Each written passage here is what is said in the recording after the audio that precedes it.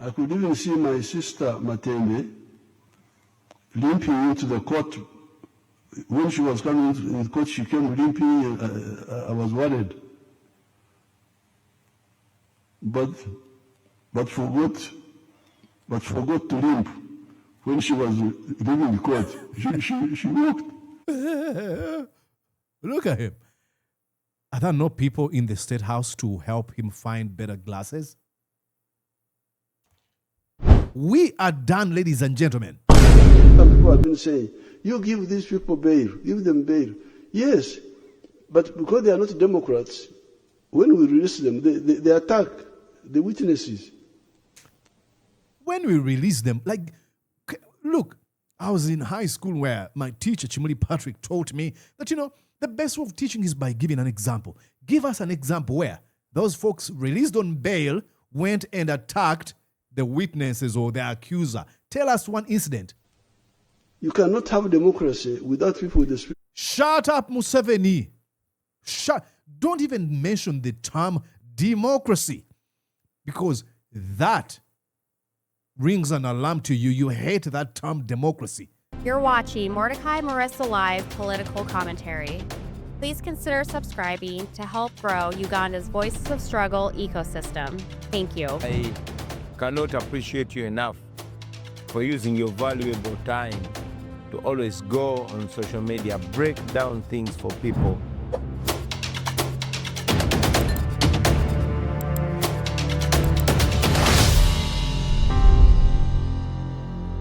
Ladies and gentlemen, I'm dressed in all black to mourn. I am mourning my country.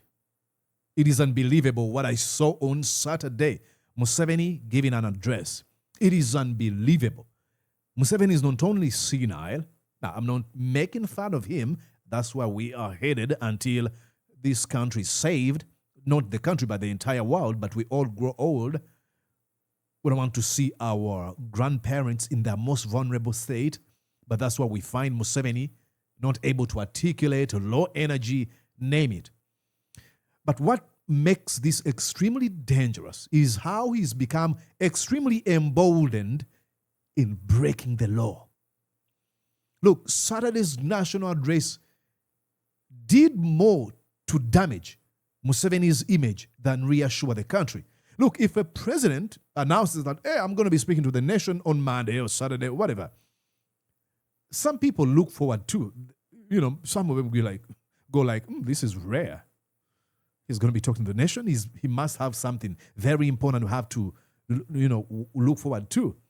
He didn't have nothing except to come and announce himself as the most powerful man to defend the lawlessness and impunity of his son, Muhoozi Kainerugaba, and to resort to mockery, mocking the pain, physical pain of former Minister of Ethics and Integrity, Miria Matembe.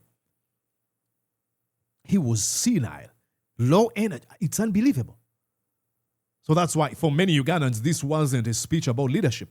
It was a speech that exposed how Museveni is detached from the pain the Ugandan people are going through from the people he governs.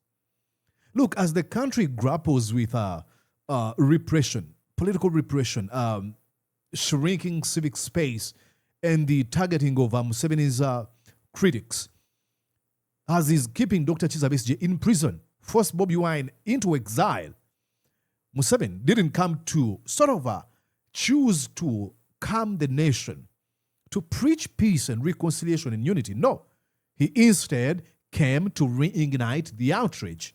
Of course, always presenting himself as the smartest man to ever walk this earth, offering unsolicited lectures where he presents himself as the custodian of history.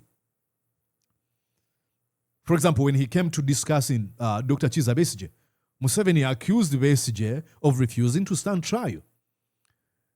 But he was calculative here because he didn't say anything about the circumstances under which Kizza Besigye was abducted from Kenya and taken to Uganda. A matter that has really drawn widespread criticism, with people asking, what? How did this even happen? How do you go to a foreign country, abduct your citizen, and bring them to your country? Nor did he actually acknowledge that Besigye has spent decades appearing before Ugandan courts, consistently arguing that his fight is for fair and lawful judicial process. Not to escape justice, Besigye is one of the, if not the politician that has faced trials, most trials in Uganda. Then Museveni to be like, oh, he's refusing to stand trial. That's a lie.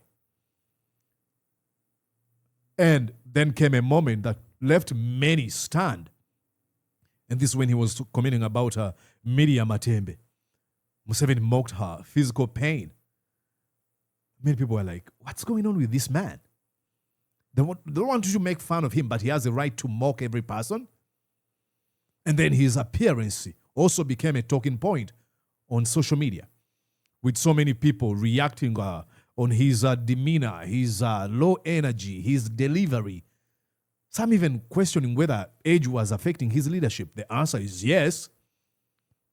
While others argued that the speech really reflected a regime that has really increasingly become disconnected to where the Ugandan people are. I'm going to show you a few clips here, and we're going to break them down together. Let's start with a story that was covered by NBS, yes.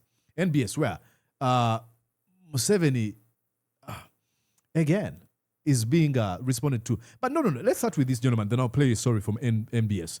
Look at this gentleman. This is what he says. He says, I have never seen Museveni address the nation the way he did. He looked unusually threatened, especially by what appears to be growing pressure from within the military. At times, it sounded as though he was carefully choosing what he could and couldn't say rather than speaking freely. He came across as fearful, defensive, and disconnected from what is really happening. This was one of his weakest public addresses in a long time. Whether intentionally or not, today's speech gave the impression of a leader who may be losing control of the situation. 100%. Remember, Winnie Byanyima told us that as he continues to keep this firm grip on power and is growing in age, his characters of what he's been from way, way back is coming back now. Loner, paranoid. And now he's realized that, hey, I'm reaching the end of this journey called life. Have I wasted all my life to end up in this position where nobody likes me? Where everyone makes fun of me? He's paranoid. He's angry. Okay, let's go on and see another one here. Another one made a comment. I want you to read here. Somebody said, then you hear someone saying Museveni is a good person, but those people around him make him a bad leader. This man is always updated and behind every bad that happens to this country. But we shall dance when that day comes anyway, just a matter of time. You know, look at him. You know, there's always been that argument. I've actually heard it where people say, Museveni is a good man, but people surround him. The people around him make him bad. They don't do what he wants them to do. Okay? They're the same people who actually contradict themselves. They'll be like, Museveni is a tough man. Oh, Museveni is tough. Oh, Museveni has this spy system. He knows what everyone is doing in Uganda. Then can we add those two? If he's a tough man and he's got a very good spy network, how about he spies on those people who are not doing their job and let him fire them by using his toughness, that tough persona? You cannot say he's a tough guy who's got this spy network, but he's afraid to fire people who are getting his name maligned. Doesn't make any sense. Listen to Museveni now. On the contrary, look at him. Now, his glasses actually don't even help his case. How is he? On the contrary, here you see basically creating scenes in the courts of law. You see basically creating scenes. It's like a theater. It's like a theater.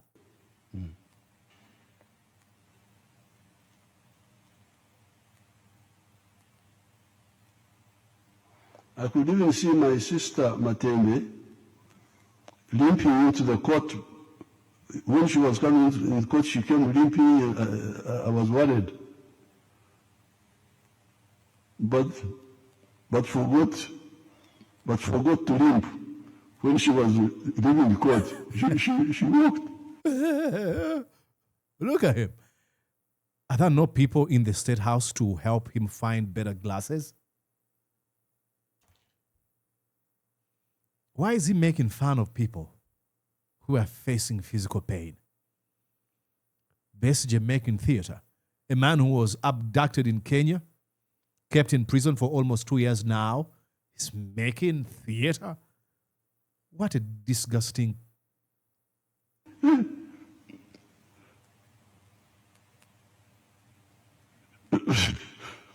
She had forgotten to repeat the scene. I saw the video. Therefore, low energy, boring, mundane. I want to go to bed listening to him. Oh my God, what a boring guy. Then listen to how here.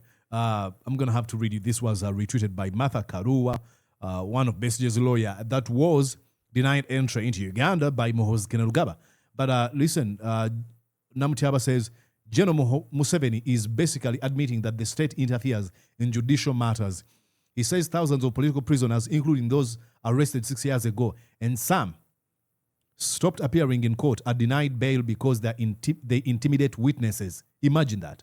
But we have to ask, how does someone in prison threaten witnesses? Where would they even find them? And in what capacity is he speaking? Is he the judge now? Getting bail now should be his directive.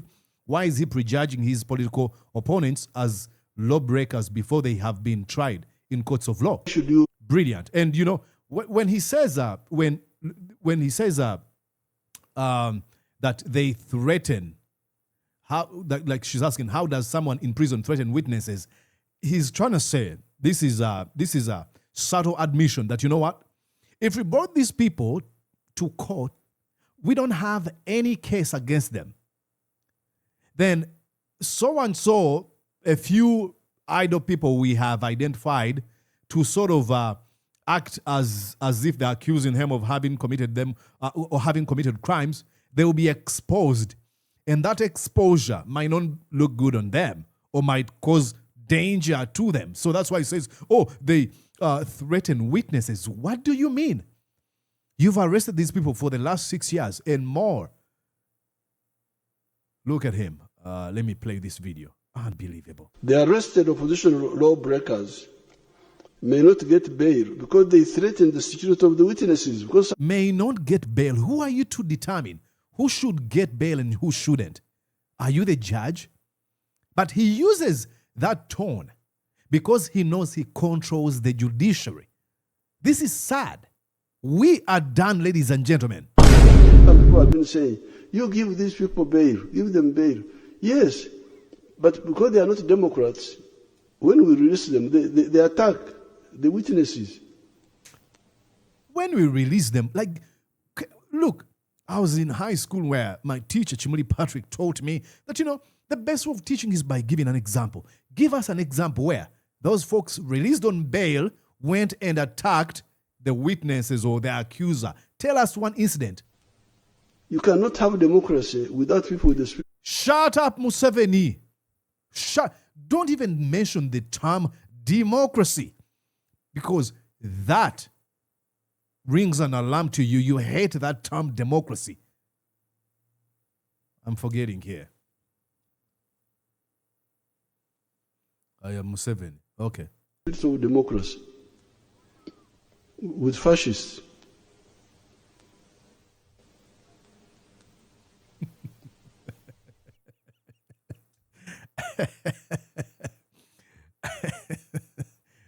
Oh. Why should you intimidate a witness if you are innocent? Okay. Why? And threaten. So the answer why we oppose bail is because they come now to attack the witnesses. Now, if we allow the witnesses to be attacked, in the future we shall not get witnesses.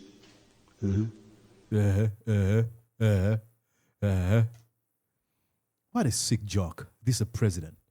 We live in what we call a gerontocracy, being led by an octogenarian, Yoweri Kaguta Museveni. He's detached. He doesn't know. He doesn't even know what he's talking about. To him, being president is getting this assurance that, you know what, you can do whatever you want. You can trample on the rights of people. You can deny bail. You can actually accuse people of the crimes they've not committed. You can just lie. This is what this charlatan is. And what will happen? The security forces can even start doing other bad things. Like if they are blocked, the legal way is blocked, they can start extrajudicial executions. Shoot somebody, say, oh, he was running away. Oh my God. We've been having extrajudicial killings. Your former Internal Affairs Minister Kahindo Tafire, upon leaving the office, he told his successor Ephraim Kamuntu, hey, do not allow the extrajudicial killings being committed by a group led by Damu leader Christopher. Oh my God. He was escaping, we shot him. You should be happy that the security forces are not doing mob justice. What is he talking about? What? Because the civilians gave up. That's why they do mob justice. What? Gave up on the legal system. But the security people are still bringing these people to court.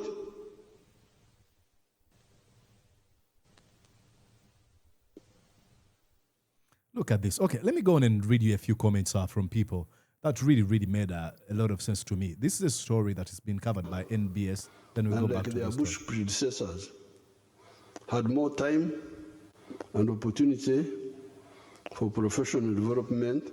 This was President Yoweri Museveni in his State of the Nation address delivered on July 4th, 2026, accusing opposition politicians of spreading what he described as falsehood about the government. The president suggested that the ruling National Resistance Movement lacked sufficient political cadres to effectively counter opposition narrative.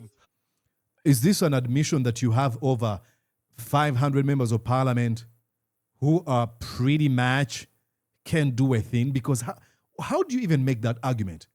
That I don't have enough political cadres who can do that, can do a PR for my lawlessness and impunity. That's what he's trying to say. What he described as falsehood about the government. The president suggested that the ruling National Resistance Movement lacked sufficient political cadres to effectively counter opposition narrative, forcing the military to fill the gap.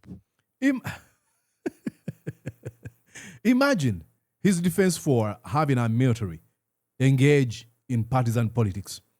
Oh, I don't have enough cadres to whitewash, to sugarcoat my grotesque actions, my targeting of innocent civilians, my extrajudicial killings. I'm going to use, what? But former minister...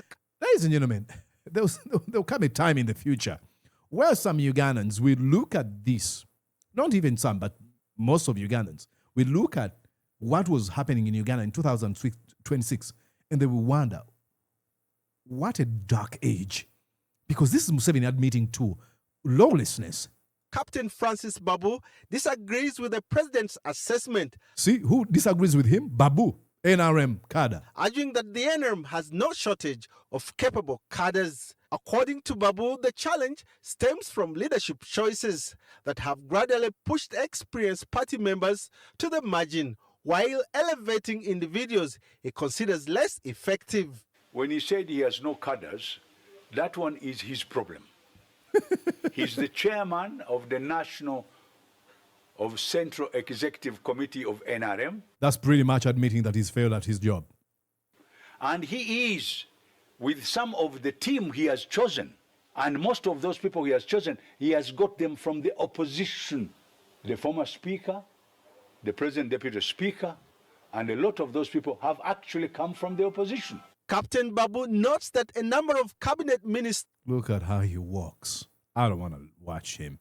Okay, I told you I was going to go through some of the comments that I saw, and I found them really. I think, was it Jude? Council Jude wrote something really. Let's start with Council Aaron Kizza talking about Museveni blaming Dr. Kizza Besigye. Watch there.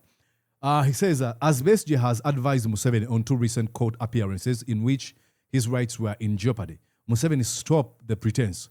Amend the law to legalize detention without trial. 2, amend the law to allow the state or prosecution pick lawyers for the defense. And 3, amend the law to invert the presumption of innocence so that instead of the constitutional presumption of innocence of the accused persons that casts a burden upon the state prosecution to prove the guilt of an accused person beyond reasonable doubt, you resort to the inverted presumption of guilt where accused persons would have to prove their innocence, like Museveni is demanding Besigye to do 100%.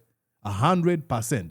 And then I had Nalukwago, Dr. Nalukwago says, Museveni presidential address to Ugandans. 1, basement abductions are legal as long as they bring you to court after.